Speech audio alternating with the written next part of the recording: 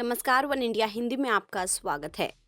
तस्वीरों में दिखाई दे रही ये विशाल पेंटिंग, इस पेंटिंग को एक नहीं, दो नहीं बल्कि 600 कलाकारों ने मिलकर बनाया है। भारत में ऐसा पहली बार हुआ है जब कई लोगों ने मिलकर 750 मीटर लंबी पेंटिंग बनाई है।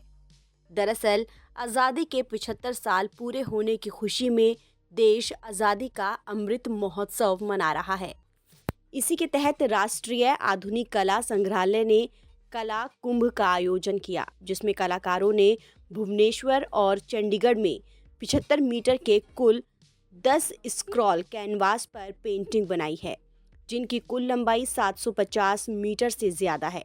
इस पेंटिंग की खास बात यह है कि पेंटिंग को बनाने से पहले देश के गुमनाम नायकों के योगदान के बारे में पता किया गया और फिर उनके योगदान को पेंटिंग में उतार दिया गया।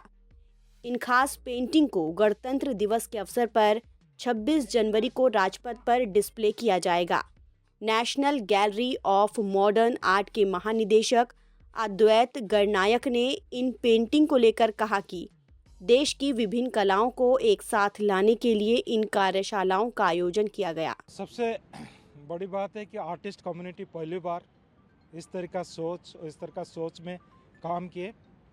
हमारी ministry, cultural ministry, defence ministry पूरा सहयोग में हम उड़ीसा में शुरू किए, चंडीगढ़ में भी उसको कंप्लीट किए।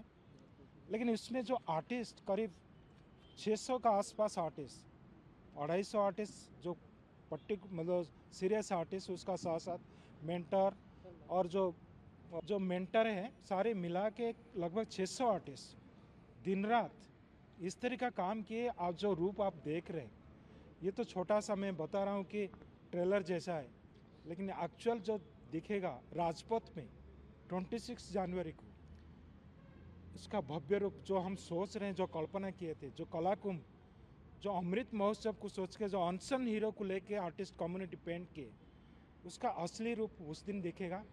और मेरे को लगता है कि वो पहली बार देश में इतना बड़ा काम हुआ।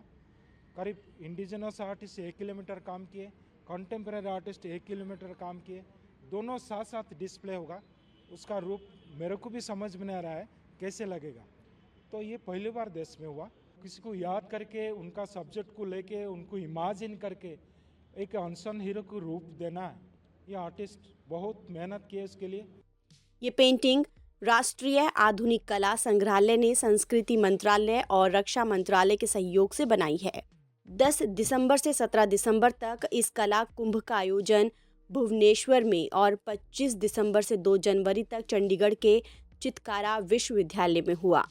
भुवनेश्वर में कलाकारों ने उड़ीसा, बिहार, झारखंड, छत्तीसगढ़, पश्चिम बंगाल और आंध्र प्रदेश के गुमनाम नायकों की पेंटिंग बनाई।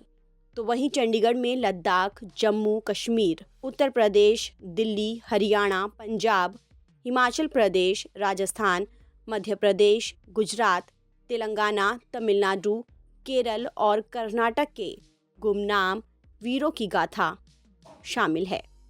इसके साथ ही कलाकारों ने यहाँ पटचित्र, तलपात्र चित्र, मंजूसा, जादूबतुआ और मधुबनी कला का चित्रण किया।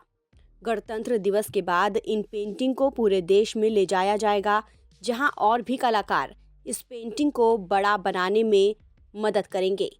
फिलहाल इस खबर में इतना ही। देश और दुनिया की तमाम खबरों के लिए आप बने रहिए वन इंडिया हिंदी के साथ।